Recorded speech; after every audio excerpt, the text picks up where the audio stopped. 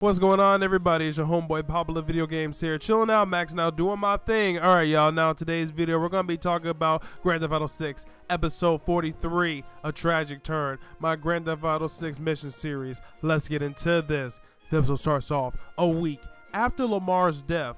Nick and Crystal are having breakfast at the nearby IHOP. They are enjoying their meal when Crystal starts to grab her stomach in pain. Nick says, "Baby, what's wrong? Crystal!" Nick calls the ambulance and they arrive to pick up Crystal. Nick tells the paramedics that she's 8 months pregnant, but the baby isn't due for another 2 weeks. Crystal heads in the ambulance to the hospital while Nick is following behind. As they arrive, Nick is by Crystal's side until they bring her into surgery. Nick walks out to get some fresh air and to light up a blunt.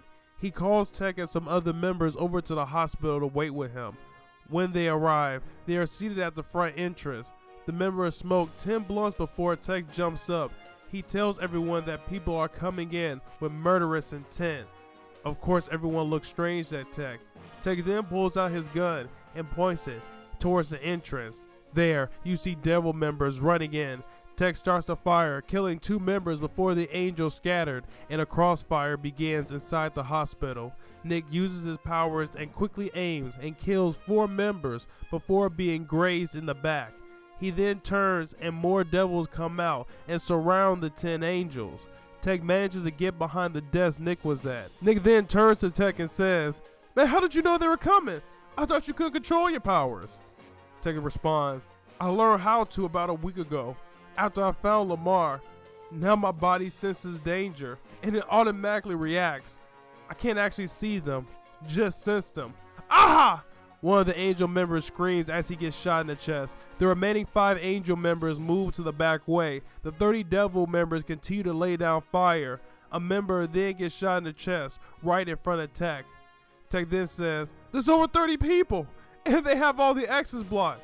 We can't get to Crystal, let alone get out alive." Nick then uses his power to speed up his momentum while slowing down the areas. He manages to throw a grenade, making it slow down in midair. He then runs towards Crystal, but gets hit 2 times. The bullets grazing his shoulder. His power then shuts off. Then he reactivates it. He runs and fires at the grenade, just barely making it into the back room before the explosion. Tech and another Angels member helps up Nick. There are only 3 left. "Damn, where the cops when you need them?" Tech says. Just then, a Devil's member runs in the doorway where Nick and his friends are hiding and then begins to open fire. But then, Nick uses his powers to the max and removes the momentum away from the 5 bullets, causing them to simply fall. Tech then grabs the Devil's AK-47, snatches it away, and breaks the member's neck using the barrel of the gun. Then, Tech peeks out into the waiting room. There is nothing but blood, fire, and destruction. The Devil's members that are left alive start to run out the building. Tech then opens fire, killing another 3 members. Nick's nose starts to bleed. "Crystal, what about Crystal?" Nick says. The final member goes to check on her, while Tech carries Nick to the car as they make an escape. As they are driving, Nick starts to regain consciousness. "Crystal, what about Crystal? Where is she?" Nick says. "It's fine. I got a member checking on her now. You only been out for 5 minutes, Tech says." Then Tech's phone starts to ring. It's the other Angels member. Then he gets a haunting look on his face. Then Tech looks at Nick. "Crystal's gone. And there's a note. It says, 'You may have survived, but your seed won't.'" Nick starts to look pale, and he screams and begins to cry. "Don't worry, we'll find them, because they took her. And I know she always carries her page on her somewhere." "Man, how can that help? We can't contact her," Nick says. "We have a new member. He's a chosen, named Poindexter. He can do anything with machines. Track, locate, hack. That's his chosen ability." "Another chosen?" "Yeah, he's the one who helped me find Lamar. He said he needed work from us, so I've been giving him a couple of assignments. I don't know what he can do, but it's better than anything we have so far." As they arrive, they see Poindexter in some nicely dressed clothes, having 2 girls kissing on him on the top of his new adder. The car pulls up, and out walks Tech first, and then he sees Nick. Poindexter says, "Yo, who's your friend? Another brother?" "This little psycho." The girls jump off the top of the car, and so does Poindexter. Oh shit, excuse me, man, Nick then interrupts. "I don't give a fuck about that. Bitches, leave now." The females then run off. "My girl got kidnapped with my child. She was already fucked up, and I don't know where she is. Tex said you could do something with my phone and her pager." Poindexter says, "Give me your phone." Poindexter grabs her phone, and green electricity goes around it.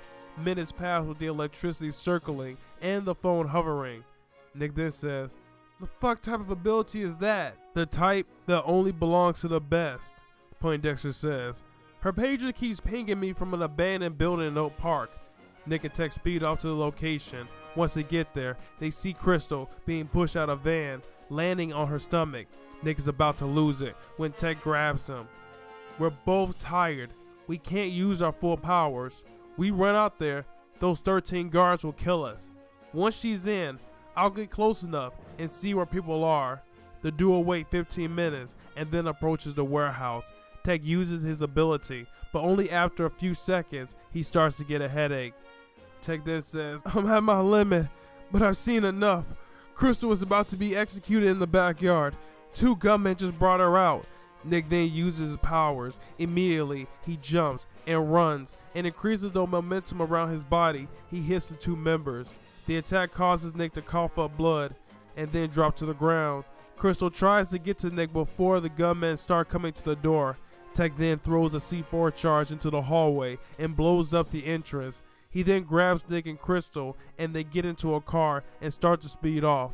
Crystal is bleeding from her privates. Nick is bleeding from his nose and bullet wounds. Tex then says, "Hold on, you two.